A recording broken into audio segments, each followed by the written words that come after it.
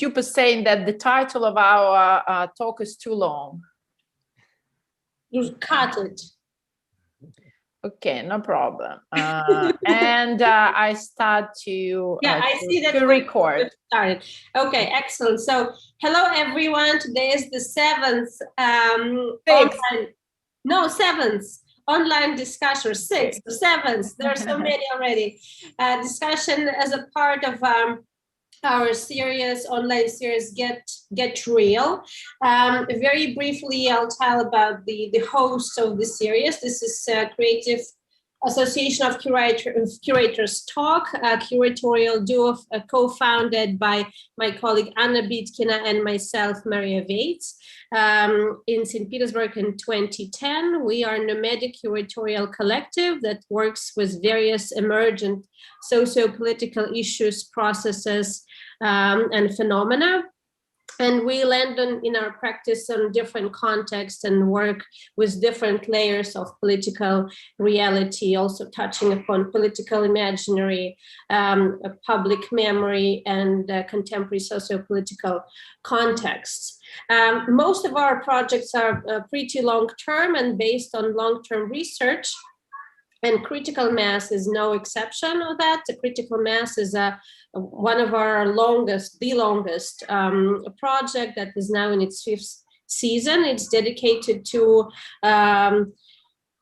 research of public spaces in a very wide understanding.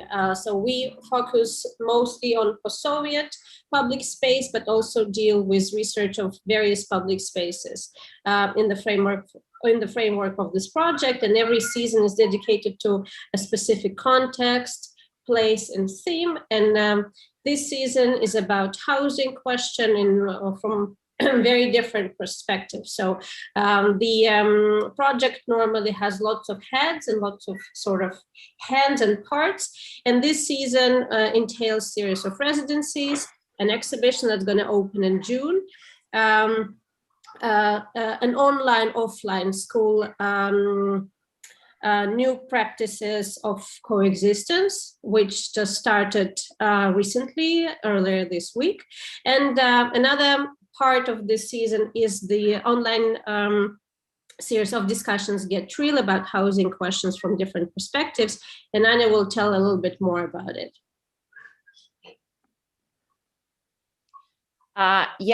So the 5th season, we decided to dedicate to really important and question that really concerns everyone. It's housing policy and design, distribution of housing and living architecture. And the subject, which is rather marginal within the domain of contemporary art, and for us as within critical mass, it's very important to find different way of how to unpack the conditions of contemporary reality. And housing, I think it's a rather complicated matter, which really is giving this very multi-layered and very complex analysis or understanding of how our life is composed and how in which kind of neoliberal conditions we exist. And so for us it's very important to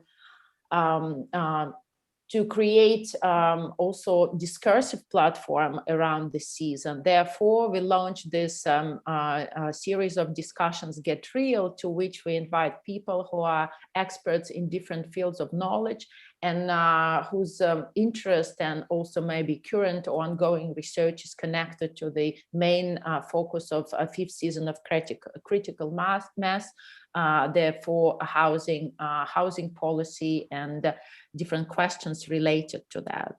So far within this online series of discussions, we're very much interested in different case studies and various geographies where those case studies are related, and also personal experiences, because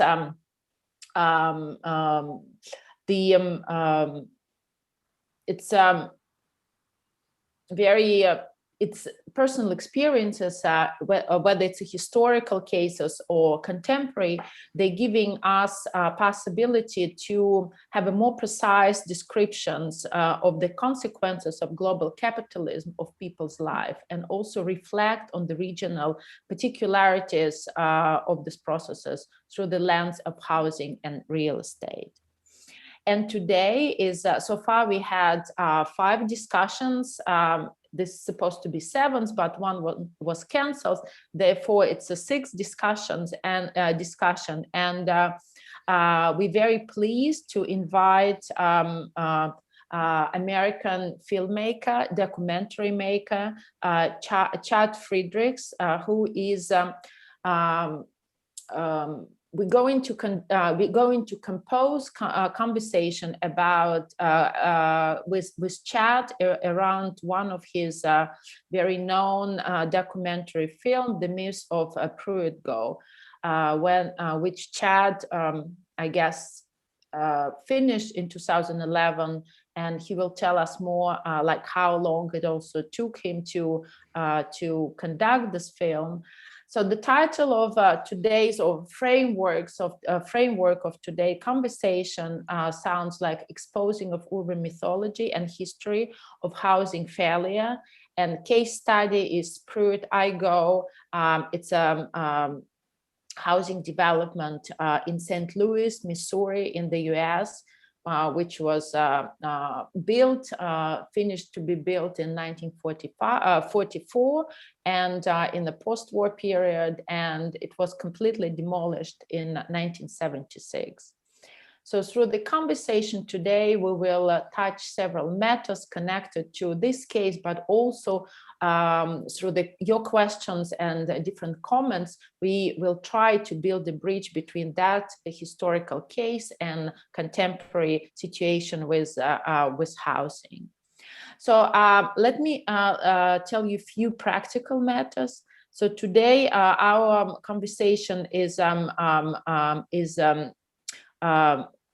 taken a slightly unusual shape, which is going to be more of a Q&A format.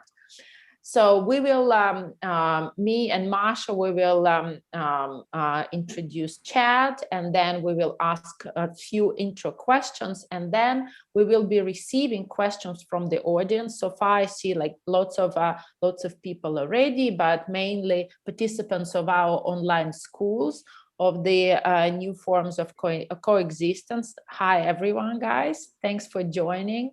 And once you want to have a question, please place it in the chat section, and we will moderate these questions, reading it to Chad, and he will also answer this. So, Masha, can you please introduce Chad with all his excellent credentials? Yeah, sure. I just thought you were going to do that, but never mind. So we're very happy to have Chad Freidrichs today, American documentary filmmaker. One little second, who is now talking to us from Arizona. It's very early in the morning there, and we're very grateful to Chad for joining us. So Chad formerly served as an assistant professor of digital filmmaking at Stevens College in Columbia, in Missouri. He has directed and produced 4 feature-length documentary films, including the Pruitt-Go myth, that we're going to be talking about today, and also The Experimental City and Gentek on Corwood. He's currently editing his latest project, a documentary on the psychology of film editing, which I hope he'll also tell us about today. And to start with, it was a very short introduction, but to start the discussion, maybe we should open it from a more general question, because I think some people saw the film, some people maybe saw some bits, but when I was watching it, and I'm always very curious, especially when it comes to documentary filmmaking, what was the starting point for forming this interest toward a specific theme? You know, you took a very specific case and you were unveiling it, I think, in a super interesting manner, which we'll also talk about later. But what was the starting point for your interest of this particular case, and how did you start this research, and how did it all come about? Well, with every single one of my documentaries, it's always been the case that I've started with something completely different than what I ended up with. It's kind of the nature of at least my process. And Pruitt-Igoe actually became a thing on my radar because my wife and I had bought our first home. We bought our house in Columbia, Missouri. And it was a mid-century modern ranch, so post-war years in that kind of cool 1950s modern style. And we started decorating it in that style. And so as part of that, I started researching modernist design and architecture, looking around for just ways to furnish my home. And in the process of that, I discovered Pruitt-Igoe. And Pruitt-Igoe, so St. Louis from Columbia is about 2 hours drive away. And I'd grown up in St. Louis. And so the idea that this grand failure of modernist architecture, which is how Pruitt-Igoe is kind of phrased, existed, within 2 hours of where I currently lived and in a place that I grew up in, and that I'd never heard of, was really, really interesting to me. And so I dug deeper into that. And what I found was that the consensus amongst architectural critics was that Pruitt-Igoe failed because of its design, that the built environment had in some way contributed to the negative social environment in Pruitt-Igoe. And that was a big idea, and I'm always looking for big ideas in my documentary. The idea that people can be shaped by the built environment, their lives can, and so that's how I got into the project. I thought I was going to make a documentary about architecture, and so I started reading up on all the research about the various architectural theories as to why Pruitt-Igoe was imploded, and but then I started doing research in other kinds of fields, also looking at Pruitt-Igoe. And at that point, I started to kind of broaden the scope of what I thought the film could be. And I started doing some preliminary interviews with residents, and they started telling me a completely different story than the one that I had been reading in the texts. And so it went from something that was supposed to be strictly about architecture to something that barely mentions architecture at all. Yeah. And I was just wondering was it like a big national case or a big case of the state, which was discussed in mass media a lot? Because looking at your points of references, it looks like museums and local archives or state archive and even national archives, they contain some information about this case. Yeah, so So Pruitt-Igoe was kind of understood in several different layers, I think you could say. I think worldwide, people around the world were kind of familiar with Pruitt-Igoe if you knew about architecture. It was always viewed as the kind of grand failure of modernist architecture because Charles Jenks in the early 1980s, I think, published a book that placed the death of modern architecture in 1972 when Pruitt-Igoe was imploded. So worldwide, Pruitt-Igoe was known for that.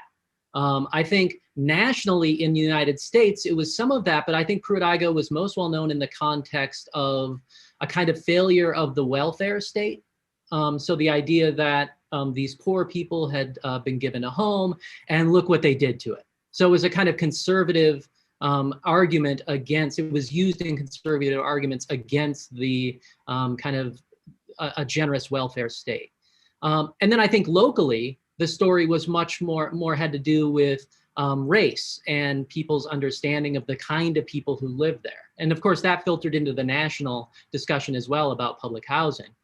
But, people had personal experiences in St. Louis of people who lived in Pruitt-Igoe, whether you were in the Black community in St. Louis or whether you're in the white community in St. Louis. And there was a certain reputation that Pruitt-Igoe had amongst both communities. And so I think there was always this kind of layered approach, and the way that the media would cover it would be dependent on that lens. So for instance, you'll hear people in the film talking with a British accent, right? So those people are almost always talking about the architecture, right? Because that's the international view. Yeah. Yeah. Speaking about the informants, we have a question from one of the participants. Could you please elaborate a little about your choice of the people to film and conduct interviews with? I noticed, I'm quoting here, these are former residents or urban historians, but there is no one local official who managed housing at the time, for instance. So how could you address that a little bit? Yeah, so in terms of the experts, those experts were selected based on their writings. And so they just had writings that appealed to me, and I felt that they could fill in the gaps that needed to be filled in terms of the storytelling, in terms of the broader arc. So Joyce Ladner she focused on life within the projects from a sociological perspective, and Robert Fishman, he could talk about kind of public housing in a broader sense. And Joseph Heathcott was very focused on St. Louis. So the experts were just, taken based on their expertise. The residents, I was looking for kind of representative, I guess you'd say, residents, people who had a kind of wide range of experiences in Pruitt-Igoe, whether that meant that you were a child or that meant that you were older and had kids. And then obviously, like, whoever was interested in being interviewed. Sometimes you're just literally trying to find people who will talk. Fortunately, we had a lot of people who were very interested in speaking about their experience in Pruitt-Igoe. And some of those, I mean, those are the best moments in the film by far. In terms, and I always wanted to, because it was so associated with crime, I wanted to have a point of view having to do from the criminal justice standpoint. And, we got very lucky with Valerie, who was one of the residents. She went on to become a police officer afterwards. So she could talk about it from both perspectives. And I think her discussion of it is very nuanced in many ways because of that. It was informed by both experiences, which I really, really liked. In terms of kind of public housing officials, or maybe even national officials, I felt that the number one, you're always kind of limited on what you can actually show in a 90-minute documentary. It's just it's not a book. You're basically talking about something that's about the length of a paper, like an academic paper, in terms of the number of words in it. So you can't go too broad. And we already had these two kind of compelling angles, I felt. And so the idea that we would, bring in more voices didn't really appeal to me. And I felt that those voices were kind of captured already in terms of the archival material. So for instance, we have the public housing administrator giving a tour of the place. So it was just a selection based on what I felt would be the most compelling story. And I just felt that the facts of the case from a federal perspective were already covered so well by our experts that we didn't really need somebody like, say, an administrator to be brought in. And the fact of it is, most of those people were pretty old. They're probably dead by now anyway, to be honest. Yeah. Speaking of archives, there's lots of archival material, and it comes from different sources, clearly, like from the footage, you can see that. What archives did you use? How did you organize your archival research? Did you have any situation when some data was hard to reach or to follow or to put together? Yeah, so, well, I think it's important to point out, this is the first film that I had worked intensively with archival materials. I had used archival materials before, but this is the first one where I actually went out and sought whole bunches of archival materials, which, as a filmmaker, what you're taught when you first start out is don't ever make an archival documentary. Never. It's terrible. It costs too much. It's just a pain. It's a nightmare. The rights and all that stuff. And so, I kind of steered clear as much as I could of archival documentary filmmaking until this project. We were fortunate in the sense that the Missouri History Museum in St. Louis had a huge stash of films, newsreel films from the era. So a lot of those newsreels that you see of reporters reporting live from the scene, all of that stuff was taken from the Missouri History Museum's archive. There were some other archives as well in the area that provided not so much video footage, but the still imagery that you see throughout. So Pruitt-Igoe, I mean, it's a big project in St. Louis, and so it was pretty well documented in the city of St. Louis. And certainly the local newspapers provided images as well. But then there's this other kind of, so you have the stuff that's documenting Pruitt-Igoe, but then you also have these other kinds of images as well. You know, for instance, the Brian talking about going across the street and, you know, like playing with insects, and he felt a kind of power playing with those insects. Meanwhile, across the street, he felt like he didn't have any control in his own home. That kind of imagery was taken from old educational films. So, you know, to kind of take a step back, we found these films at the Missouri History Museum, and we sent them off to Washington, D.C., to a lab there, a film lab, who would transfer those 16 millimeter films to video. And I got like a $3,000 bill for that. And that was a lot. I mean, that's a lot of money for me, you know, especially at the time, in the context of that particular project. That's a huge portion of my budget. So what I decided to do was I got online and I started looking up like DIY film transfers. And so this is the method by which you can personally transfer films to video in your own home. And I bought for $3,000 a machine that would do it for me. And so now I have a means of transferring any 16 millimeter film I can get my hands on. And so what I started doing was I just started scouring eBay. And so I just got on eBay and just like searched for all these 16 millimeter films and just found hundreds of thousands of films. And then I just bought ones that seemed relevant and started transferring the footage in my home, and then gradually started incorporating those into the films. So those films that aren't necessarily about Pruitt-Igoe per se, but just, you know, kind of show life in the general area. Those often were taken from educational films from the 50s, 60s, and 70s. Yeah, but did I understand correctly from the film that residents of Pruitt-Igoe, they gradually left the premises one by one due to different changing conditions of the living, but also increased rent, and also because of the possibility of finding maybe a better home for the same money elsewhere outside of the area?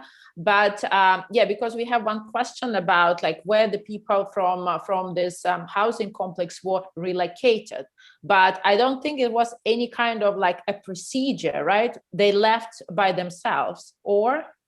Yeah, correct. I think, so I think by the end, this has been 10 years since I made this, so the numbers are a little bit shaky, but I think it's maybe about 2,500 people were remaining in this project, in a project that was meant for, what, 12,000 people. So, you know, you basically had a sixth of it populated by the time that it was imploded. Those people had to move out. Those people were forced to move out because, you know, they were going to blow up the buildings. But yeah, I think initially Pruitt-Igoe had maybe 90% occupancy. So you're talking, what, 10,000 people living in it in the beginning. And initially Pruitt-Igoe was supposed to be integrated. So it had white residents. Well, initially it was supposed to be segregated, but then Brown versus Board came along, which is a big court decision that basically desegregated most everything in the United States. And so blacks and whites all of a sudden, initially a project that was supposed to be separate for blacks and whites all of a sudden became an integrated project. And shortly thereafter, within about 5 or 6 years, all the whites had moved out. So you're basically looking at about 95% black population within about 7 years of the project being opened. And, you know, a lot of that had to do with whites having opportunities out in the suburbs to buy a home. It was just cheaper. Some of it probably just had to do with racism or other kinds of concerns. So, you know, you had this situation where some people moved out initially. Then because of the spiraling maintenance costs, yes, I mean, it just became a pain to live there for some people. And then eventually, as people move out of the city of St. Louis and move into the suburbs, you have a depopulation crisis in the city of St. Louis. What happens is all of a sudden you've got a whole bunch of housing stock that's opened up. Well, that means rent prices drop, right? So that means it becomes cheaper to actually live in your own home than it does in public housing. And so then people move out because of that. So yeah, it kind of moved in waves. Now, in terms of where people went, you know, I think it's probably fair to say that most white people who lived in Pruitt-Igoe early on moved to the suburbs, or yeah, I think that's pretty fair to say, or to the south side of St. Louis, which is traditionally the white part of the city. The north side of St. Louis is traditionally the black part of the city. The Black residents moved to areas just to the west of downtown, which was near Pruitt-Igoe, or a lot of them eventually, especially the people who were evicted from the projects in the 1970s, moved out to what's called North County in St. Louis, which is, you may be familiar with it, with a place called Ferguson, Missouri, where they had protests about 10 years ago now, I think. That area, Ferguson, is right in that area where people from Pruitt-Igoe would have moved. Okay. Yeah. But I have a question, like if we come back a little bit to the beginning, because you said you started your research about modernist architecture. And but we know that the project of Pruitt-Igoe failed due to multiple reasons, right? Like, what is your stance about modern architecture and that type of housing? I mean, on one hand, it's solving problems of many people that don't have decent home.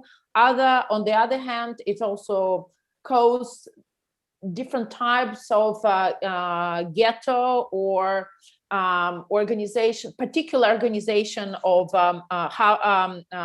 private and public spaces. So how did you rethought, I guess, within the film, your idea about modernist architecture? I always think of a city like New York City or Hong Kong. Those places, you don't have much private space in those cities. I lived in New York for about a year, and you didn't have your own yard, and you lived in a high rise that was, that's much more densely populated than Pruitt-Igoe ever was. And I don't see things falling apart. And I think one of the things that took place in Pruitt-Igoe that was really disastrous for it was the maintenance costs. And I think that's something where maybe the structure itself becomes a very expensive structure to maintain. So those high-rise buildings are not cheap to either build or to maintain. So in that sense, I think that, the high-rise was a detriment to Pruitt-Igoe. But in general, I went into it with the assumption that high-rise was a problem, but I came out of it kind of like thinking that high-rise is pretty okay. And I've lived in a lot of, my wife and I are what are called digital nomads. We travel around and we live in all sorts of places, in apartments. And we had our nice 1950s brick ranch with a quarter-acre lot in Columbia, and we like that too.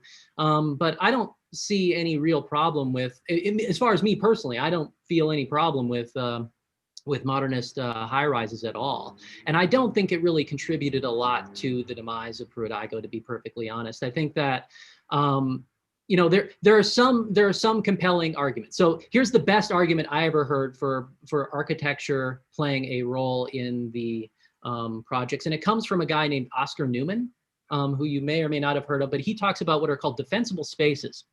And defensible spaces are areas where there's a kind of public surveillance of the area. So I live in an apartment building and I look down upon my neighboring area, and I can kind of surveil that area and tell if somebody's up to something bad, right? So I'm looking out for the neighborhood. And so there was a case in Pruitt-Igoe in the 1960s where they were renovating one of these buildings that had started to fall apart. And in the process of renovating it, the construction company put a fence around the building. And what happened was, after they had completed the renovations, the residents of that building asked if the construction company would leave the fence up because they felt that they were safer, because they had a private egress into their home.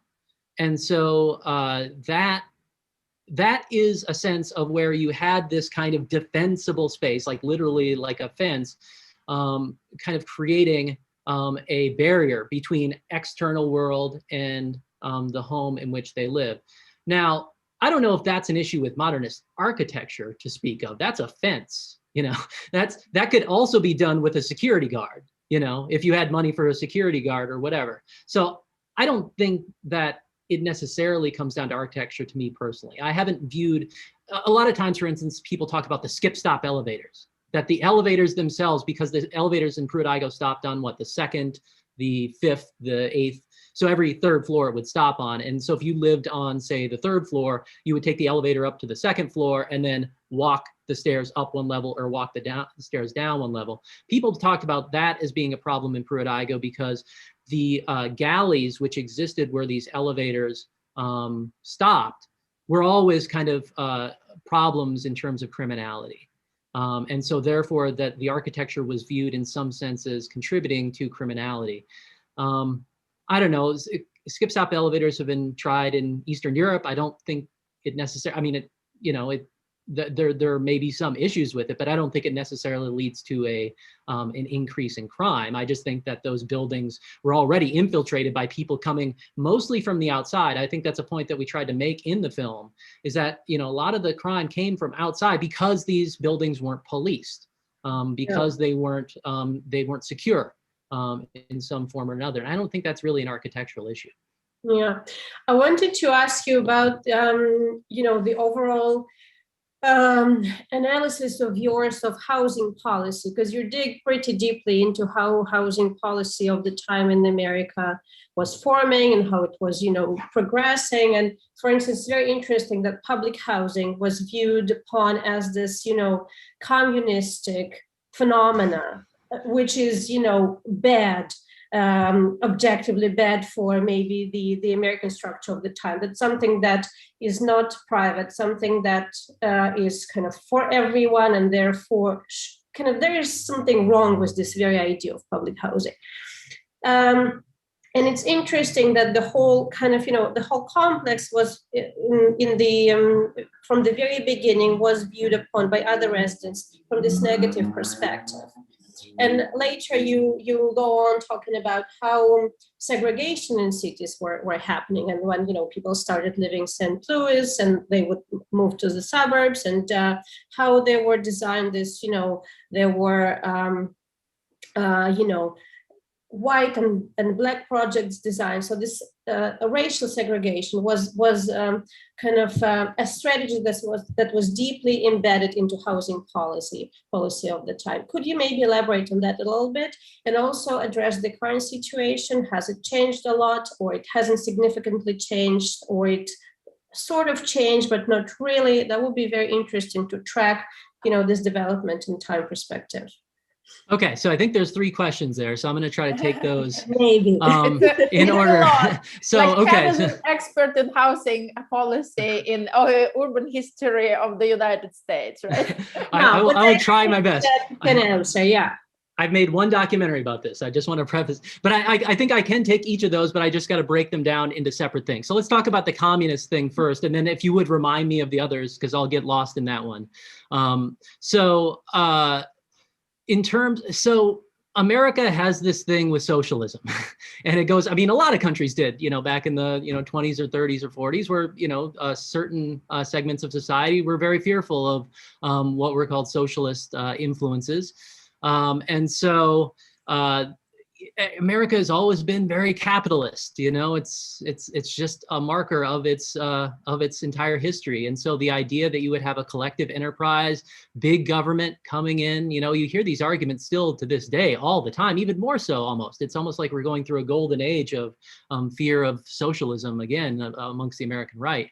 But the idea that Pruitt-Igoe would be a collective enterprise to improve the lives of people who were living in cities through housing was opposed by chambers of commerce within the city, by big realtor interests in the cities, by people who are just generally against the idea of the government intervening in the private market. Right, that's the base. That's the root of this. Is people don't like the government. At least certain people don't like the government intervening when they feel the private market should solve this. And so from the very beginning, Pruitt-Igoe had this policy kind of built into it that said, yes, okay, we will put up the money. We acknowledge that this is a big problem for our cities because the cities at that time were overcrowded. So we need to have decent housing, but we're going to make it so that there is no continuing federal government monies flowing into these projects, that once we build them, they have to be maintained by the maintenance has to come from the rents from the tenants. So that's the only pool of money that these local authorities have access to, is money coming from the tenants. And of course, that leads to major problems when all the tenants start to move out. All right, becomes this downward spiral where you just have people moving out, less money, more maintenance issues, people move out because of that. So I think that, in some sense, this kind of fear of communism or socialism at the time really did impact the project in a very kind of negative way, in the sense that it couldn't really get the full political commitment that you would need to maintain this, assuming that the cities would undergo the decline they did. But I think that's where it gets into public housing policy as not keeping up with the reality on the ground. I mean, to go even further back into this, so you have to remember that public housing policy came out of the Great Depression. So you're talking like 32, 33. This is when the first ideas of public housing really start to take off in America. And the idea is partly based that it's trying to fix the problem of overcrowding in the cities, but in partly it's an economic stimulus. You see this in America today as well, right? We're throwing trillions of dollars just to try to get people jobs. So this is viewed as a great jobs project. And so the cities, though, were very overcrowded. And so what happens is the policy is crafted with the assumption that people are going to keep on flooding into the city, right? St. Louis is on an upward trajectory and it's going to keep on going. So that means we're always going to have people cycling in and out of public housing. The idea behind public housing wasn't to keep people there permanently. It was to allow them to have a home for a few years and then move out once they're ready. And then we bring in a whole batch of new people. It gave them a bootstrap, as we would call it in America, a bootstrap to allow them to pull themselves up to then go out and buy a private market home. That was always the intent of the public housing program. And so you see that has the assumption built into it that you're going to have a steady flow of people coming into it, right? Because the cities are on this upward trend. But what happened was that prediction about what was going on with cities didn't happen, right? The city's population started to decline massively. St. Louis lost half its population in the time of Pruitt-Igoe, went from 800,000 to 400,000. To this day, St. Louis is still in population decline. The city of St. Louis now has 320 some odd thousand people in it. The metro area has 3 million people. So all the people are living in the suburbs. That's a lot of tax. So all this is obviously covered in the movie, right? But the idea there is that the policy did not keep up with the facts on the ground. Had there been some sort of subsidy coming from the federal government, maybe these structures could have been better maintained. Maybe the public housing program, what's called the conventional public housing program in America, could have been saved. But with the mechanism and the assumptions that were built into the original policy, it just wasn't going to happen. Okay, next question. You had three there. And next question was about, this idea of kind of segregation and division that was embedded into housing policy of the time, creating white areas and black areas. And I think the US is a very specific case in that respect. We rarely see cities that are so harshly divided in other places of the world. Maybe if I'm talking about the Russian case, urban residents are very mixed mostly. We hardly see ethnic communities living in particular areas. It's not very typical for the cities in Russia. For the US, it's typical. We have Chinatown, we have Little Venice, we have this kind of ethnic communities in the city that were often forming naturally, but also when we talk about white and black communities dispersed throughout the city fabric, that was often intentional. That was coming from, the housing policy, the urban policy. So maybe you could expand on that a little bit, how this whole mechanisms were working. Yeah, so America, country of immigrants, so people come into the country and they were always looking to succeed. They were kind of corralled into the areas by top-down processes, but also they tended to form enclaves, and most immigrant communities eventually flourished through that strategy. And of course, New York is kind of the textbook example of that. In terms of Pruitt-Igoe, I think Pruitt-Igoe gives a really good case study of how public housing was used as a segregation tool. So if you look at the neighborhood in which Pruitt-Igoe was built, if you go back to, say, the 1840s and 50s, that was an Irish neighborhood. And that Irish neighborhood eventually became a Polish neighborhood in the late 19th century. And that, by the time of Pruitt-Igoe, and say like even by the time of like the 1920s and 30s, you had what was called a neighborhood in transition. That was the kind of technical term for it. And this was an area where Black migrants coming from the South were moving in and starting to mix the neighborhood. The neighborhood was almost strictly Irish and mostly Polish by the time of the 1920s. And past that, you started to see an influx of Black people, and they moved to this area. So that neighborhood was called a neighborhood in transition when Pruitt-Igoe was devised. Neighborhoods in transition were viewed as economically unstable by the elites.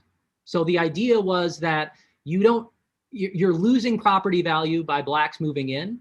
And so we want to make sure that those kinds of neighborhoods are going to be stabilized, either by keeping Blacks out or by turning them 100% Black. It's either or, right? It was always viewed as a binary at the time.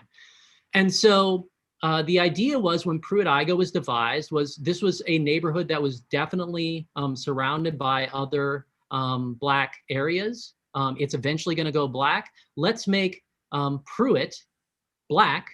So Pruitt and Igoe were originally supposed to be it's got two names in it. Those were actually supposed to be two separate housing projects. Pruitt, which was named after a Black Tuskegee Airman, was supposed to be built on the north side of St. Louis, which, as I said, was the traditional Black area of the city of St. Louis. Igoe, which was named after a white politician, was to be built on the south side of St. Louis.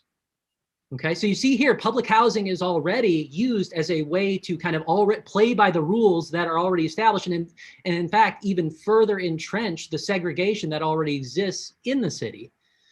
What happened was, though, that the tracts of land on the south side of St. Louis couldn't be gotten quick enough. And so they just decided, well, okay, let's go ahead and just put Igoe up there by Pruitt. And the idea was that you almost have a kind of recapitulation of the geography of the city of St. Louis in the initial plans for Pruitt-Igoe, because the north part of Pruitt-Igoe was supposed to be for Black people. The south part of Pruitt-Igoe, even within this one particular piece of land, was supposed to be white. So it just reflects the entire geography of the city, even though it's largely surrounded by increasingly Black communities. And then, so like that, it was always intended to be a segregated community, Blacks in certain buildings, whites in other buildings. But what happened was Brown versus Board of Education, which was this big lawsuit from the Supreme Court that essentially desegregated American society. And so within a couple of years, it was no longer the case that you could have a segregated public housing project. So that leads to Pruitt-Igoe being integrated. But the idea was, of course, that public housing, and this was not just the case with Pruitt-Igoe, this was cases all throughout America at that time. Public housing was used as a way to further entrench the racial segregation that already existed in American cities. Yeah. Yeah, but if we speak about segregation, and maybe there's also a question of, intersectional segregation, because, and we have a question about the principle of, moving in residence, according to which families were supposed to move in without men. And only women with children could move in, and these families were often, there were checkups going on. So what was this based on? And was it actually even legal to do that? I mean, how did that all work? It was quite legal. So the program in question is called the Aid for Dependent Children law. So it's commonly known in America as welfare. But the actual program was called Aid for Dependent Children. And the idea was initially in that program, again, this is a Depression era program. Okay, so you always have to remember where these laws initially came from, because that kind of determines the structure of the law and who gets what. So the Aid for Dependent Children Act comes out of the Depression, and the idea was that this is a very sexist society. It always has been, and it still continues to be to this day. Things are getting better, but the assumption was that if you're a man, you are out there working and you're providing for your family, right? The idea was the nuclear family. So the Aid for Dependent Children Act did not acknowledge men receiving funds. Okay, now here it gets into like a little bit of the issue between federal and state in America. So we have 50 states in America. They each have their own laws. They're all subject to the federal law, but a lot of times the federal government allows each state to determine the specifics of how that law is enacted. So for instance, today with the vaccine, right? Some states are doing really, really well with the vaccine because they're handling it in certain ways. Other states are doing awful with the vaccine because so we don't have a broad national program for determining how exactly to distribute this vaccine. And I think we should personally, but that is very common throughout the history of America, that a lot of the enactment of the law, a lot of the enforcement of certain laws is distributed, the power is distributed to the states to determine how to do it.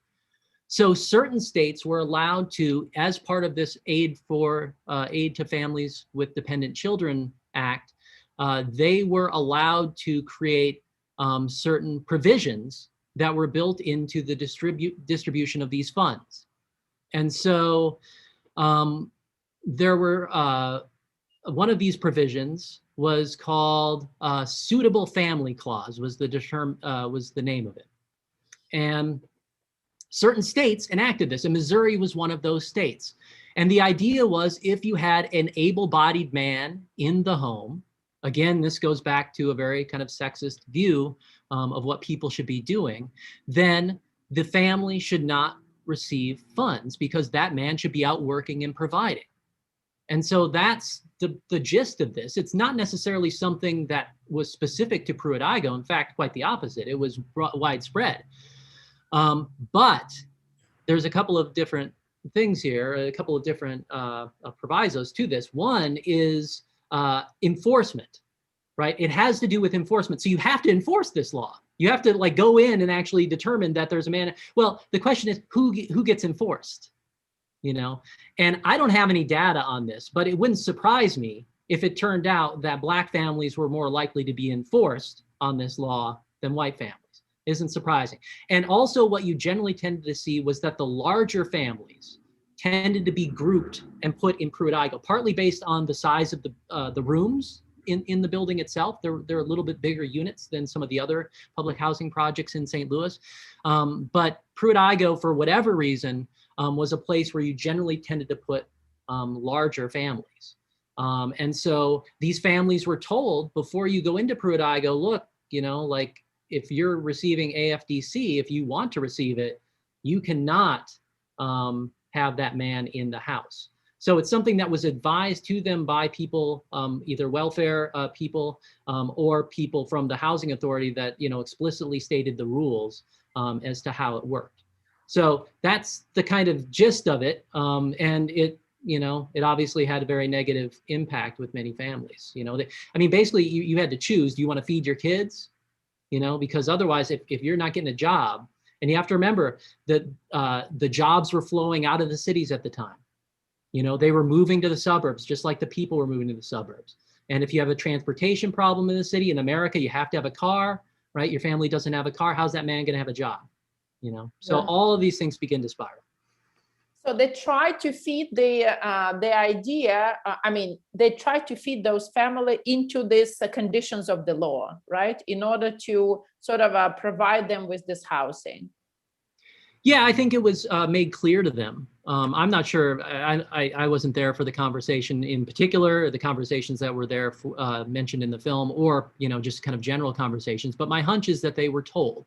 But the letter of the law was that you could not have at least in Missouri, right? And in some other states as well, generally southern states in America that usually tends to be, is you have these kind of more punitive laws, certainly towards Black people in the South, and Missouri is one of those kind of border states. So yeah, but by the letter of the law, they could not have an able-bodied man in the home and receive these funds. But again, it comes down to enforcement as well. It had to be enforced. And again, I would not be surprised if it was more greatly enforced with Black families. Yeah, Yeah, but there were also other many enforcements, you know, and one of the informants is talking about that. So we were giving money, so we had to no voice in that whole situation, right? And she talks about prohibition of television and telephone. How could that be explained? Because for me, it wasn't very clear, actually. Yeah, well, it was, the idea was that if you are given money, you shouldn't be going out and buying these luxuries, you know, and a television was viewed as a luxury. And a phone, you know, a telephone at the time was becoming a necessity in terms of getting a job. You know, it was something that was viewed as kind of a basic thing in American society at the time. And so, you know, it would have made getting a job maybe a little bit harder. But yeah, no, the idea was that you shouldn't buy anything that you don't need. You should be spending it on food, you should be spending it on clothes, etc., but not on these other things.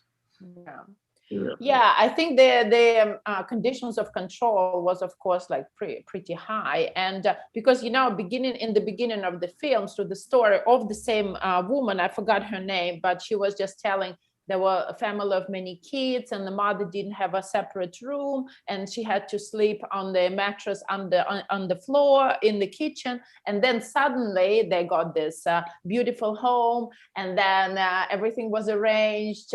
She had the room with the door, everything great. And then later, with the same smile, she's telling us on actually what conditions they really got this place, that the father's supposed to be hiding and maybe come eventually during the night like a thief.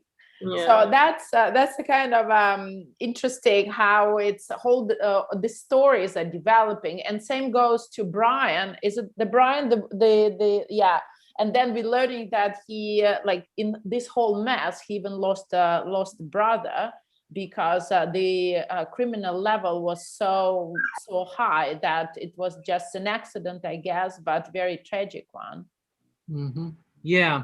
I mean, I think Maria had asked earlier, brought up the question of crime. And I think, you know, that's a key, that's really what Pruitt-Igoe became known for. And so, you know, I think if you'd like, I can talk more about that. Cool. Yes. Yeah, and then maybe like in connection to that, well, okay, I'll ask my question later about, and we have one question in line, but please, please go ahead with what you want to say. Yeah, no, so I think, so crime certainly by like the late 1960s became, I mean, it was always kind of there, kind of in the background. Certainly there were complaints of like minor crimes, petty crimes, thefts, those kind of things early on. But the real kind of hardcore crimes started to come into the projects wholesale in the late 1960s. And this in part corresponds to a rising level of crime in American cities throughout that period, especially violent crime. And, you know, you'd have to be a sociologist, historian to kind of like describe that whole milieu. But Pruitt-Igoe wasn't, you know, separate in that sense from the rest of the American urban situation. But I think also what you have in Pruitt-Igoe is a situation, and this kind of talks a little bit about what Oscar Newman was talking about with Defensible Spaces. You have far less people living in those projects, and so therefore it becomes much easier for a criminal or somebody who just wants to kind of like, you know, get drunk in the hallways to just kind of walk in and not be policed, because there's not people all throughout the project. In fact, what happened was they shut down the northern parts of the projects by the late 1960s. All of the apartments that were on the north side of the project, fully half of them, were just shut down. They were vacant, and there was a big fence put around them. So people would just go in there, and they would set up, you know, like I think Sylvester Brown called it, whole drug empires in these empty buildings. And that became a real issue, because now you have kind of a centralized hub of semi-organized crime going on in the midst of drug wars. I mean, this wasn't just like you had just one kingpin. You had multiple wannabe kingpins floating throughout the city. And Pruitt-Igoe was a real big hub in the late 1960s and 70s in these empty buildings because of it. And it created a great kind of fortress for a drug empire on that north side of the project. So, you know, it's a lot of things that affected Pruitt-Igoe, but the influx of crime into it is something that certainly had maybe the highest human cost. But I think one thing that should be stressed is that I have this kind of trope that I always like to talk about whenever I discuss crime and conditions in Pruitt-Igoe. And that is, so Pruitt-Igoe, on the west side of Pruitt-Igoe, there's a major street that runs north-south in St. Louis called Jefferson Avenue. And across Jefferson Avenue, there was low-rise private market housing. So basically what we would consider slum housing that had been there for, you know, multiple generations. It was very, very old housing stock. And in that housing stock, you saw similar levels of maintenance issues that you saw in Pruitt-Igoe. You know, they had fires in those buildings, just as they did in Pruitt-Igoe. And if you look at the actual crime rate in those neighborhoods, which a master's candidate did, I think in the 1990s, looked at the crime rates comparatively between Pruitt-Igoe and its surrounding regions. And Pruitt-Igoe often had lower crime rates within Pruitt-Igoe than the private market housing, the low-rise private market housing that you saw across the street. So then you say, okay, well, you know, this is something that's affecting the entire city and certainly pockets of the city. How come Pruitt-Igoe gets blamed so much, you know? And so I think my personal view is that it goes back to this idea that Pruitt-Igoe is different, you know? Like, this is a country of low-rise private market housing. So, you know, if you're looking for a scapegoat, it's pretty easy to pick on Pruitt-Igoe and say, look at all the crime that's going on there in Pruitt-Igoe. You know, look at all the maintenance issues that they're having there. You know, whereas across the street, you had the same kind of issues, but that nobody ever pointed that out, you know? So I think that crime was certainly something that impacted a lot of people at the time, but it wasn't something that was very specific to Pruitt-Igoe. In fact, Sylvester Brown talks about this. He would talk about how the newspapers would report how a crime would take place within 5 blocks of Pruitt-Igoe, and that's what would be mentioned in the newspaper. So what people read is Pruitt-Igoe. Pruitt-Igoe is viewed as the place from which crime comes out from.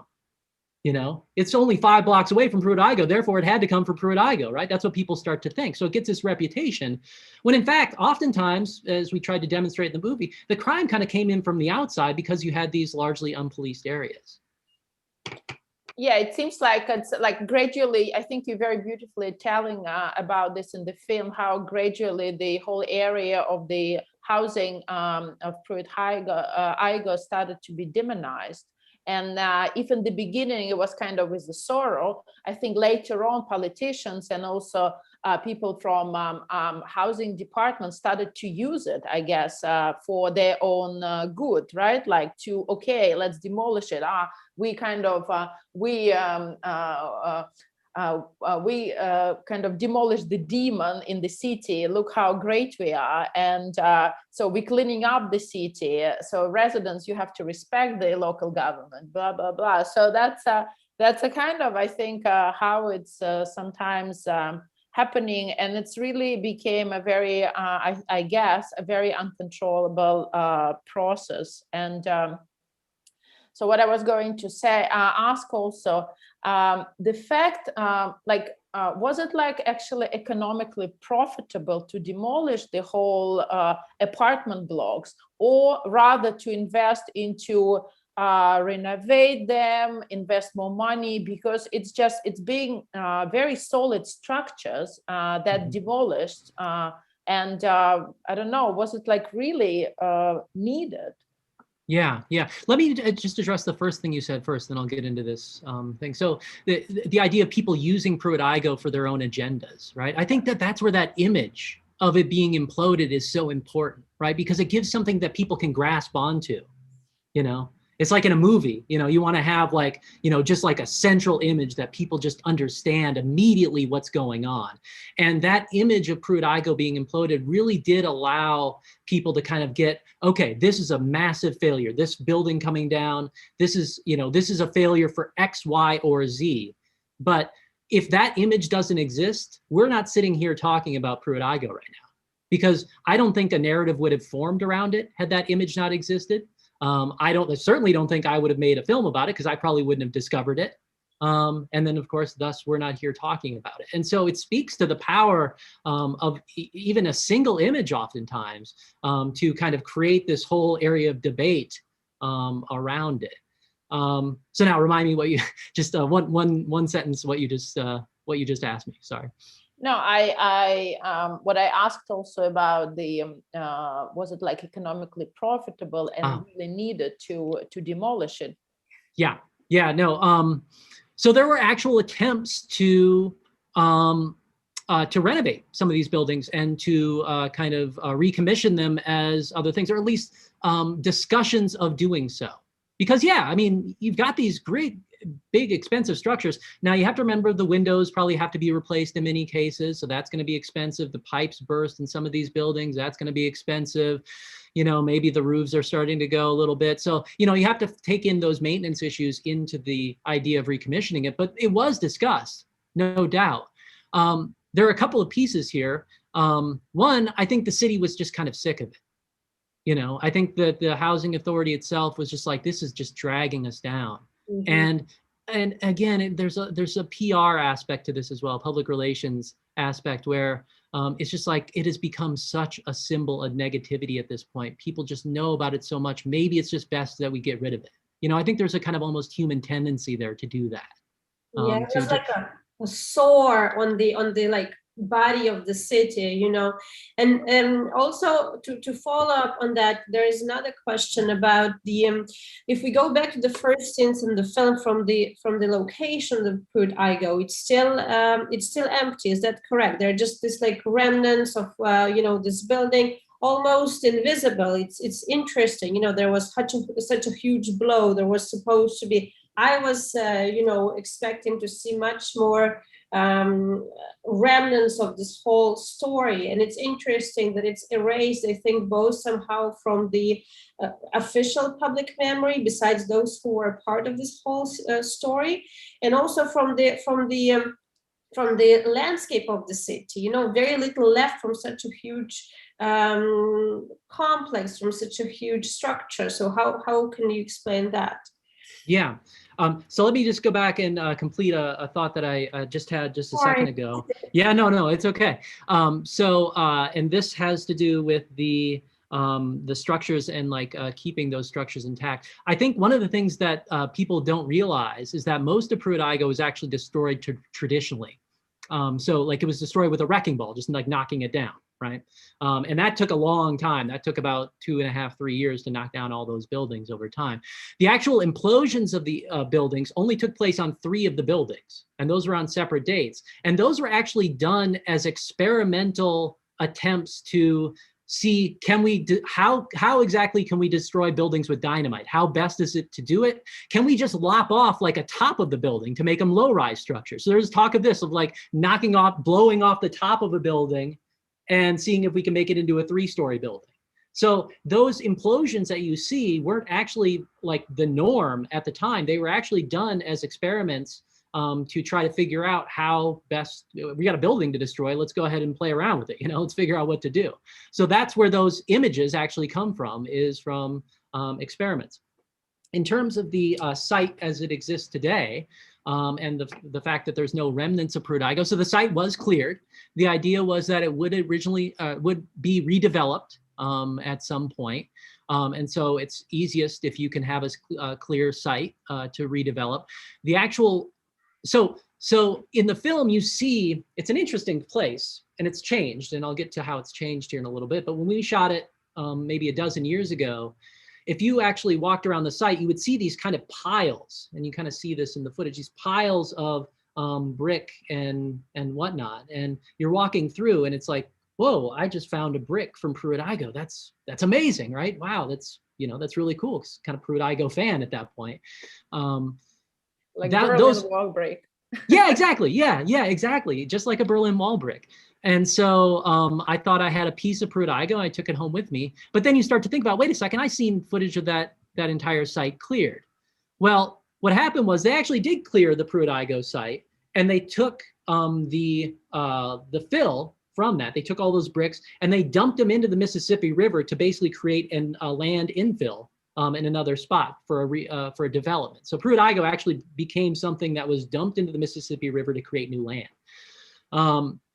So that's what became a Pruitt-Igoe. The bricks that I actually had, the city just started dumping other demolished buildings onto Pruitt-Igoe after it had been cleared, once it became clear that there was no need or want to redevelop it. So all of those piles that you would see throughout the city, it created a kind of contour, almost like little mountains or hills on the thing. That was done from the city dumping other wrecks throughout the site, because you have to remember that St. Louis, you know, has lost since the 1950s 500,000 people. You know, 2/3 of its population. Well, that leads to a lot of buildings being knocked down. And so Pruitt-Igoe eventually became that dumping ground. Now, what's interesting, there was a professor from the University of Missouri who would take, he's an ecology professor. He would take his students to the Pruitt-Igoe site and study the various kinds of natural features that would start to develop on these, in these various areas. So like on the kind of bricky areas where you maybe have this, you know, 2 or 3 meter tall area filled with bricks, eventually trees that like to develop on mountains would start to grow there. And then you would have these kind of flat plains where you would have these kind of almost wheat fields or grass fields growing. You would have the fauna, the animals that would normally live on there kind of live in that area. So on Pruitt-Igoe, it eventually became this kind of little weird ecosystem where nature kind of retook over in its own way based on the environment, which I thought was a very beautiful kind of poignant full circle thing. So I always hoped that Pruitt-Igoe, so in the 1990s, part of that site was redeveloped into a school. It was called Gateway Elementary. It's a charter school for kids in the city of St. Louis. So that was what part of the site was used for, but for many, many years, the rest of the site remained vacant. And so I always thought it'd be a very beautiful idea to turn that into a park, a remembrance park about what happened in Pruitt-Igoe, because I'm just a big fan of parks. And so, I think now most of the site is being redeveloped as a kind of clinic. And if you go to it looks nothing like it did in the movie now. I think there's a construction site on it, and I think they're probably getting fairly close to being done on that. So now finally, after what? We're talking 50 years, you have the Pruitt-Igoe site being fully redeveloped, I believe. So, and the land, it's a city land, right? It was, yeah. And so like, it was originally, so like the housing authority was a separate agency from the city. And so the housing authority back, I can't remember what year, but they sold it to the city, I think, for $1. It was like they just basically gifted the land to the city, and then the city controlled it for a long time. And then I think the city leased it to developers who are now redeveloping those sites, is how it worked. Okay, I see. So we have a question related to the housing movement, housing activist movement among residents of Pruitt-Igoe. And the question is about, so what results of those group achieved, and yeah, what kind of initiatives maybe were there which are not part of the film. So what do you know about this movement that's supposed to be aiming to save the site? Well, I think one of the biggest things that came out of it was the idea of public housing tenants actually doing a rent strike. It was the first in the country. And so, you know, that's a pretty big advance, and they figured out a mechanism by which to kind of make this work and still make it, like from a PR perspective, look right. So the idea of like just not paying your rent, that wasn't cool. You couldn't do that, right? So what they did was they just put all that money that the residents paid their rent, but they paid it to an escrow account, a a banking account that would just hold the money, withhold the money from the housing authority. And then when the housing authority addressed their grievances, then they would go ahead and pay that money back to the housing authority. So money was being kept from the housing authority, but tenants were still putting money in with the idea that it wouldn't look very good if they just stopped paying rent altogether, right? That was a smart idea. I think from a PR perspective, it was a very smart idea that they do that. So number one, just the fact that they actually had a successful rent strike that did force the housing authority to cave, I think was a pretty big step. But then number two, the result of that was that tenants formed what was called the Tenant Affairs Board, of which Ruby Russell, who's interviewed in the film, she's the woman who talks mostly about the rent strike in the film. She was a member of this TAB, Tenants Affairs Board. And they basically had a say in the governance. The housing authority agreed to have tenant input forthwith from the tenants moving forward. So tenants, as a result of that, had a greater say in the how the housing authorities, how Pruitt-Igoe was to be governed, basically. Are there any more strikes or demonstrations? Because, for instance, as far as I know, and I know about it through the project of, this collective's Black Quantum Futurism, and they deal a lot in their practice with the issue of housing and Afrofuturism and accessible housing, especially to Black communities across the US. And they're dealing a lot with the case of Philadelphia. So in the 60s, when for instance, NASA started its major, space program, there was lots of riots on the part of Black communities who were saying that, look, you're putting so much funding into, space exploration, but our access to accessible housing is super limited. So were there more, of this kind of maybe not only in St. Louis, but in the States, maybe other attempts to bring more kind of justice in the whole situation with accessible housing to Black communities in the US in the 60s or 70s? Well, so the rent strike happened, I'm trying to remember now. The rent strike was a result of what, 70, I think, 71, something like that. The Apollo program was already, we'd already landed on the moon at that point. So, but it was something that, certainly took a lot of money from the discretionary funds of the United States. This is one I'm going to have to claim. I just made one documentary and say, like, I haven't followed the entire history of rent strikes throughout. I know they have happened. I'm not sure how many and, like where they took place and the specifics of it. So I just don't feel like I'm too qualified to go beyond the scope of Pruitt-Igoe there. Yeah. So do we have more questions? Yes. Yeah. So could you please give a name of research or any tags to find more about this work on the ecosystem of the site of post-demolition? So maybe there's any information that could be accessed by us just to maybe dive a little more into it. On the ecosystem of the Pruitt-Igoe site post-demolition, is that it? Well, I can give you the professor's name. I don't think he's written, I'm looking Google Scholar here. His name is Charles Nyland, and he may have, here, urban ecological systems. He may mention Pruitt-Igoe in those. So his name is Charles Nyland, Charles, just like it's normally spelled, and then Nyland is Nilon.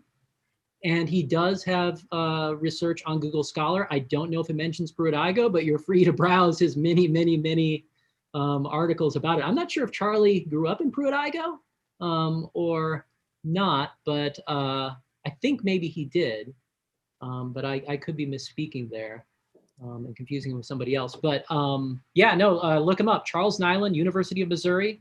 This was the professor who used to take his classes. In fact, I think a picture of him with a hawk right now. That may be the Pruitt-Igoe site. I think he's on the Pruitt-Igoe site with a hawk on his hand. He definitely is the guy who visited. So maybe, do you think you can write his name, like spell his name in the chat section? So then yeah, if I can figure out how to chat. Yeah, here we just go to chat. Yeah. Yeah, There we go. I'll do it. Okay. Charles Nyland, and then University of Missouri.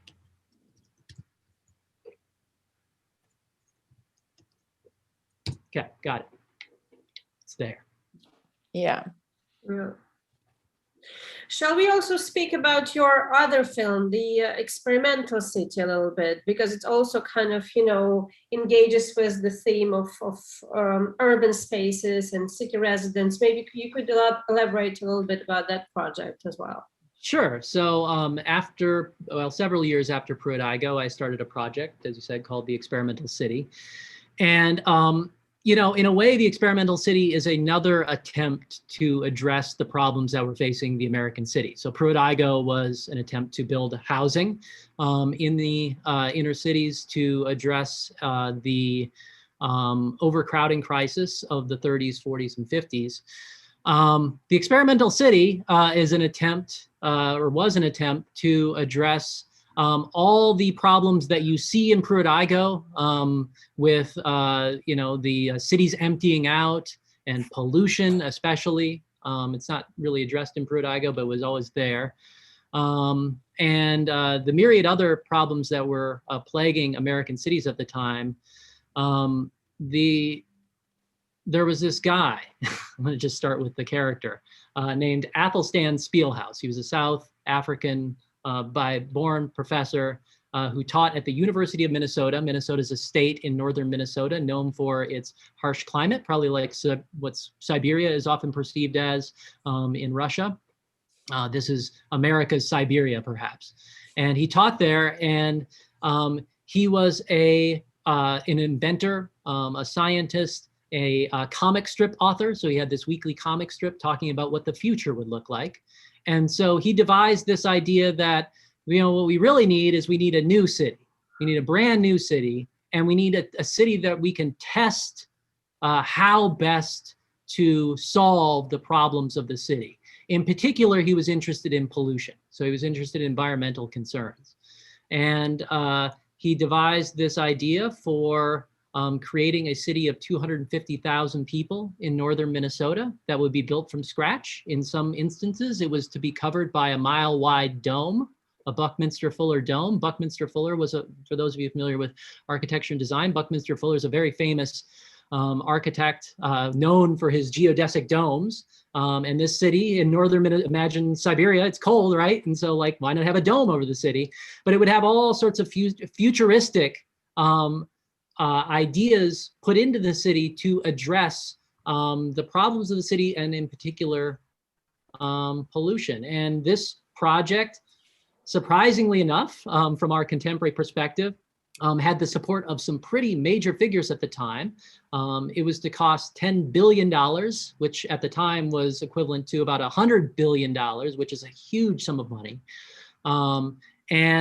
But it had the support of the Vice President of the United States at the time, Hubert Humphrey, who was Lyndon Baines Johnson's Vice President, as well as a host of other scientific and other figures. So you can look it up, the Minnesota Experimental City. Here, I'll type it in, and you can look up the documentary too, but I'll just type in Minnesota in case you don't know how to spell that.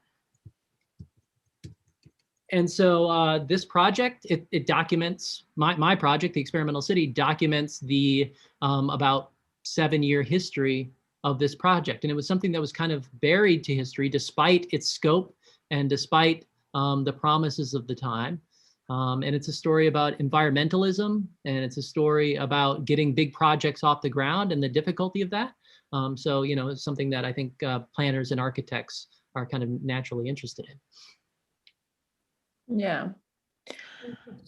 Thank you. But, you know, in the end of the film, if we're coming back to Pruitt-Igoe, one of the urban historians is saying that so that's we're not so like looking at the history, looking at the case, we haven't and then we have a responsibility, right, to learn how to understand those failures that happened within this project, and how to learn to do better. So I'm just curious that what is your position within all of that, all this story about Pruitt-Igoe.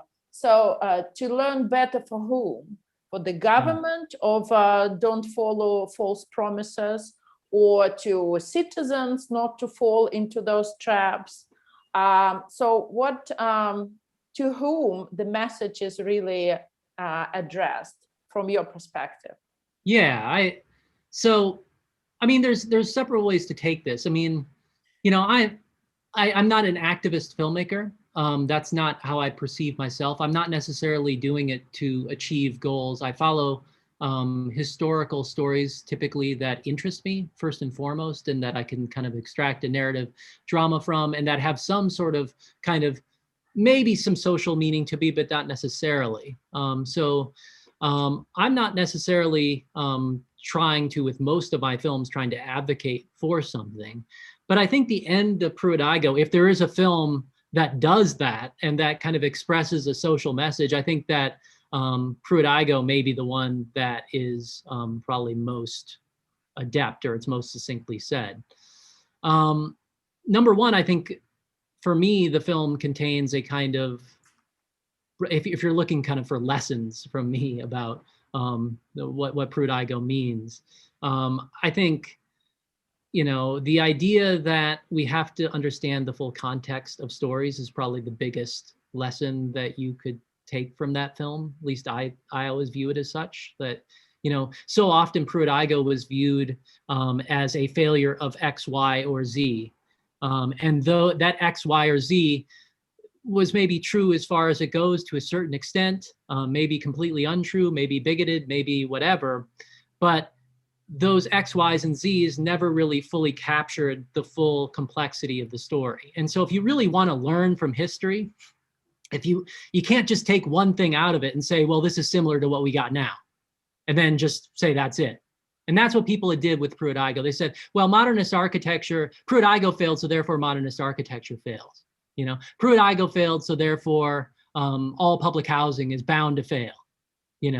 Pruitt-Igoe, the Black people in Pruitt-Igoe, they failed in some sense as perceived by people. So therefore all Black people are like this, right? That's the way people took that. And I think that that is a very faulty way to view not only people, but it's also a very faulty way to view history. I'm kind of suspicious about the idea of learning from history too much.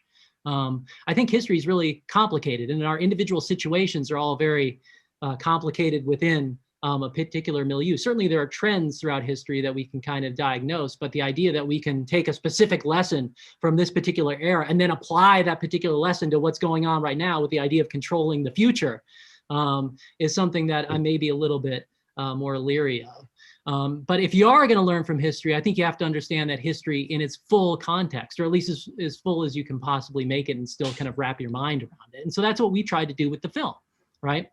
Instead of addressing one particular X, Y, or Z, what we did was we tried to present a full narrative. And of course, narratives in themselves are always a simplification, but we tried to present something that gave a much fuller understanding. And again, this full understanding came from the residents. By interviewing those residents, we understood a lot about Pruitt-Igoe, and by the scholars who were looking at things other than strictly architecture. And by looking outside of those and kind of creating a synthesis of those various viewpoints, I think we came to something that was maybe a little bit closer to the truth about what happened in Pruitt-Igoe, and maybe a little bit more applicable if one wanted to use this history as a tool than other kinds of narratives that have been told about Pruitt-Igoe before. So that would be the kind of number one lesson that I would take from it. In terms of Robert Fishman's comments about trying to do better, I mean, I think what he's saying is, look, if we're gonna do this big kind of project, we need to really get behind it. We need to get behind it and not sacrifice people in the process. And I think there was a whole community in Pruitt-Igoe who were kind of sacrificed and who were kind of in many ways scapegoated. And this is, a largely Black community. And so I think he was specifically talking about that. And, you know, I mean, I'll let him speak for himself. I always like it when it's a little bit open-ended too, and let people kind of take away their own message. So I won't fully go into what I think about Fishman's comments, but, you know, in terms of what I think about it, I think that that's a pretty fair assessment. I mean, I think the biggest takeaway for me has always been it's complicated. And if you want to really understand it, you have to understand that complexity. Yeah, but I think the story in a way repeats, because if we look at the processes of urban planning, contemporary urban planning, we see similar things happening, you know, and segregation is happening, maybe not so much on racial principle, but of course, social segregation is becoming very, very strong in the cities, especially when we see that, you know, the very centers are becoming this very luxurious spots, you know, with very luxurious high rises, and people who can't afford it, they're just being pushed to the very boundaries of the city, to the very kind of limits. And most metropolises just turn into this rich centers with this kind of periphery that serves this rich center. So I think the Pruitt-Igoe phenomenon shows that, you know, we are kind of slowly, we can't get rid of the segregation in any aspects. It's going to be with us until we kind of reconsider the very capitalist core of any society, of the kind of global society that we live in. And but so far it's not really profitable for all the kind of power structures that run this world. So I think we're going to continue this division in a very, very long run, you know. Yeah, no, I mean, I think you're quite right, and it's very well taken.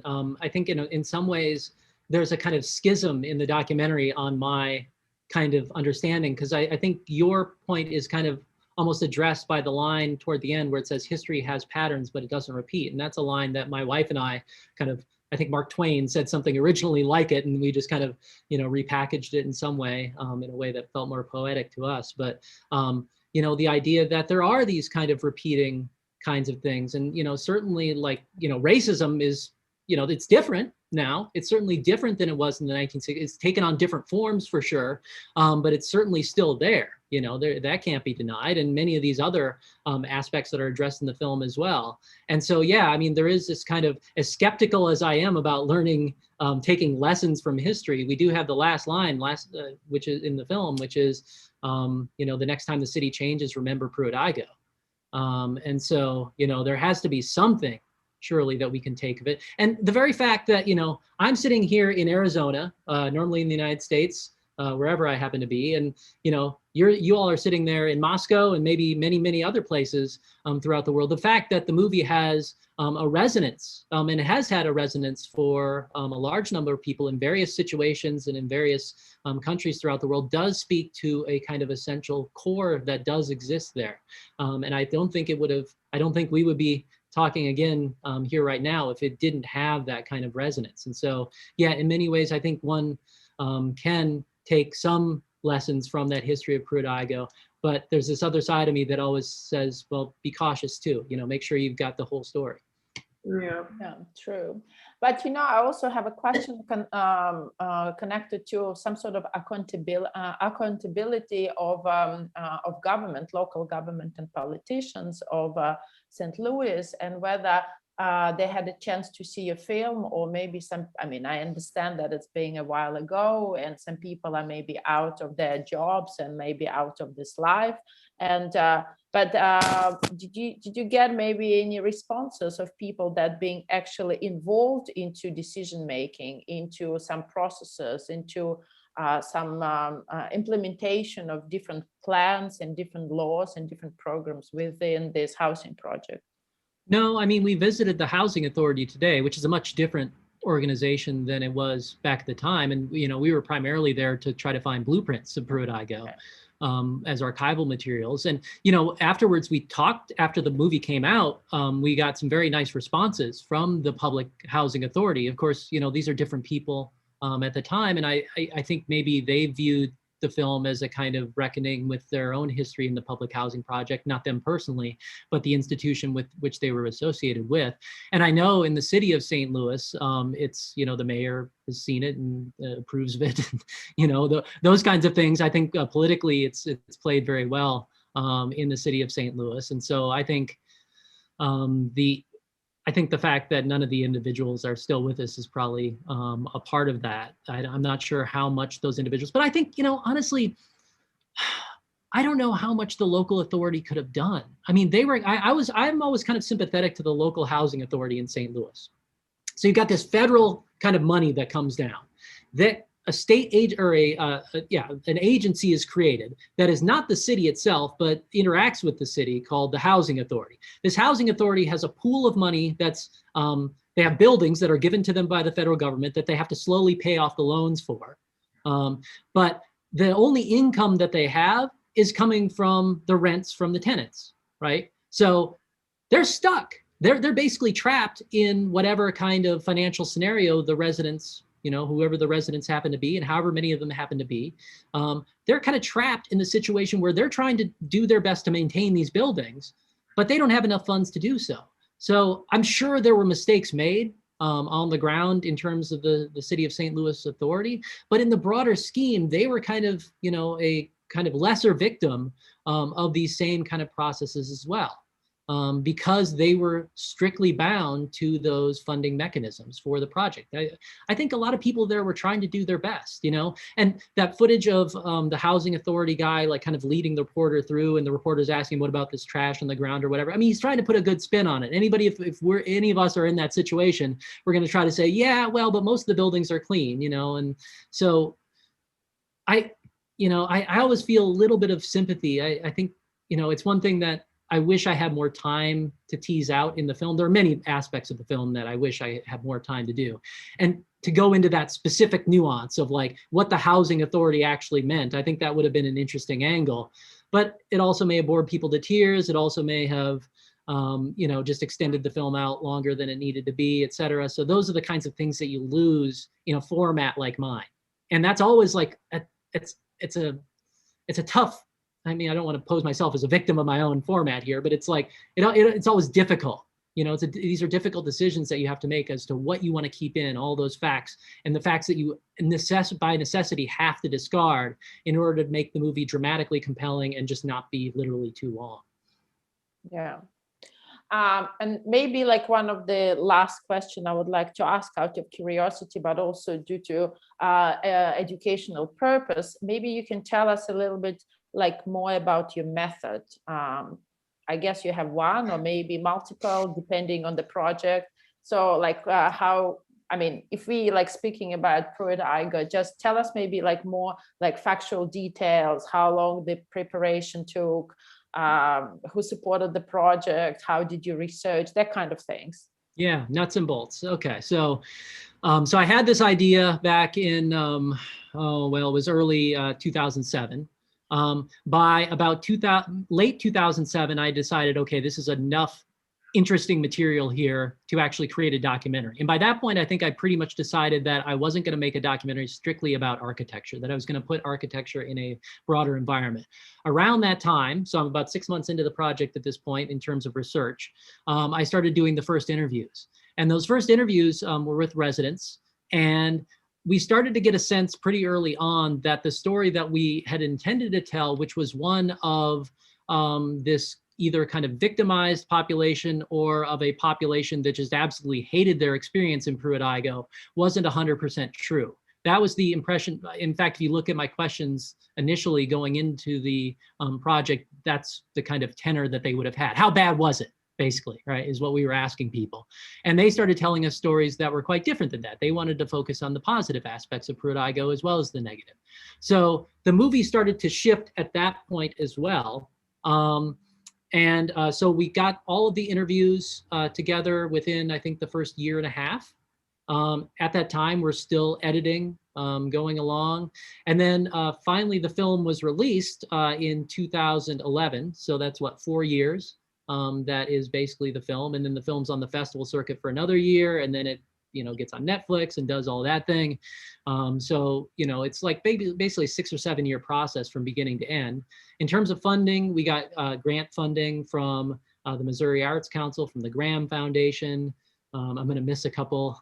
It was maybe totaling about $60,000 or $70,000, which, is a pretty good amount. It paid for a fair amount of the budget, but there was still personal investment in the project. And then I didn't get paid for any of my time, nor did any of my producers. None of us got paid in terms of what we were doing.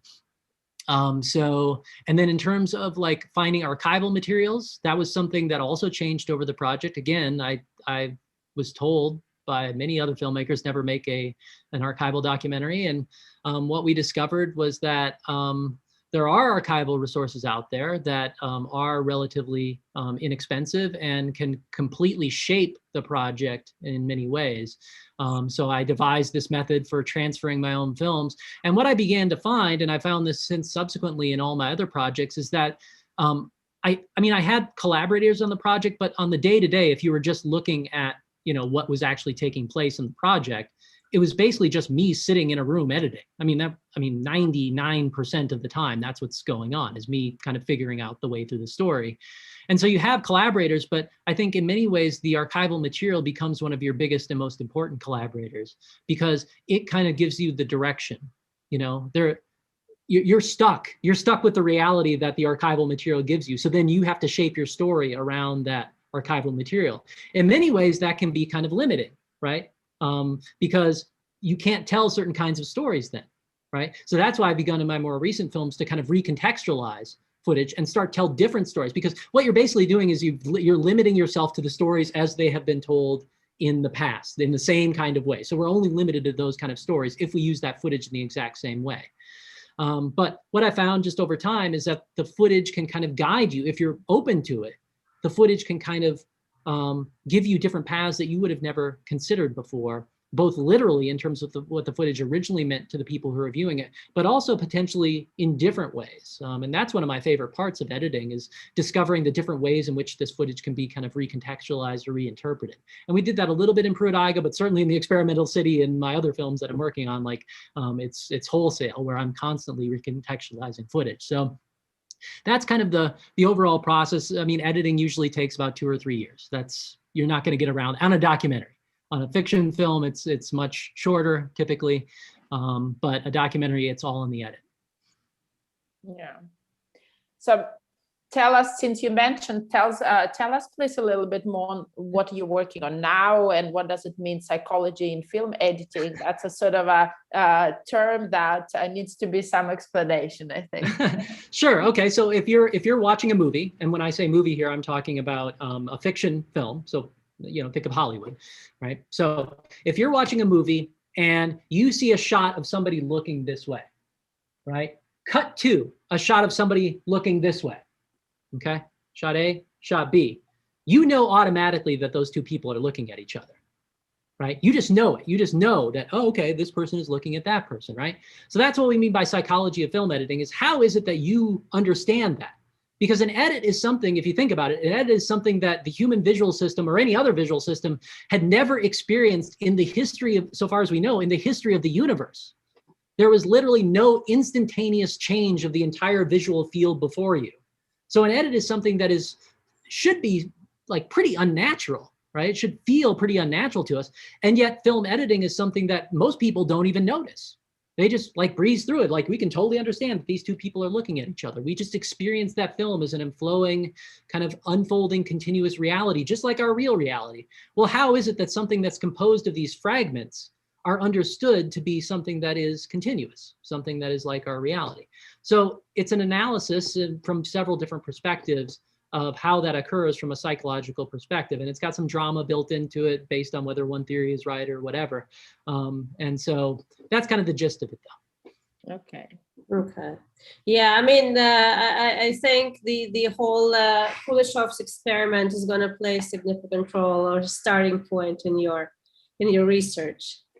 It is actually, Kuleshov is more sophisticated than what I'm even talking about here. So Kuleshov has to do with, for those of you who aren't familiar with the great Lev Kuleshov, the Russian filmmaker, he basically put a shot of an actor with a blank face looking at three separate objects, maybe a baby, maybe a bowl of soup, and it was just the same expression. And then famously, the viewers were supposed to have responded that when he was looking at the baby, when you cut in the shot of the baby, it's like such a great performance, such nuance in his performance where he can, his expression of tenderness on his face is so real. I can't believe it. And then, but then you cut the same shot of him looking and then cut to a bowl of soup. He's like such a nuanced performance of hunger and just and wanting and desire, and so and then you cut to, say, a woman and it's like, he's just in love with that woman, but he's not just like agog. It's like there's a subtlety to his performance. So like there's this idea by interposing different shots together, it creates the impression of what the person is actually thinking. That's almost even more advanced than what I'm talking about. I'm just like, how are we as viewers able to structure the film in our own minds, even disregarding like what we're thinking the other characters are thinking. So it's even more base level than the Kuleshov effect, which itself is a pretty base level thing. Okay. So we're looking forward to seeing it, and exactly. The production, as you just said, such things take time, and we all know how long projects could be, and our initiatives also often take much longer than we expect. Yeah. I think we overlooked one last question about like preposition of your film, so Alexei is trying to understand whether he understood correctly that your film is not only about criticism but also a proposition and some sort of a proposition towards maybe towards responsibility of kind of not a rather long-term solution than just short-term help. You mean Pruitt-Igoe? Yeah. I guess, can you? Yeah, so you kind of telling the story, but you're also coming up with some sort of a proposition within your film. This is what he thinks. And the proposition is sort of like call for rather long-term solutions by the government rather than short-term financial support, I guess. I would 100% agree with that tenet for sure. I think the film could be understood as that, because I think, again, the thing that I think really crippled Pruitt-Igoe more than any other thing, and there are many factors that went into it, was the kind of mismatch between the situation in the cities and the legislation that funded these projects.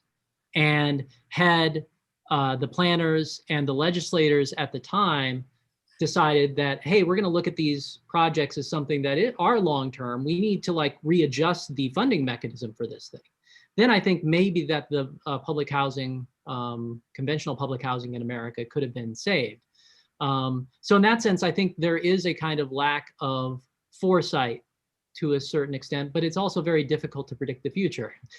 As we all know, a year ago and a year and a half ago, not one of us would have predicted what we're going through right now. So, and the city changed so radically, so quickly. I mean, that's one of the real tragic things about that film is like the expectation was that, it was a reasonable expectation that the population would continue growing. And then the fact that it loses, half its population over the course of, 30 years, it's something that's almost inconceivable.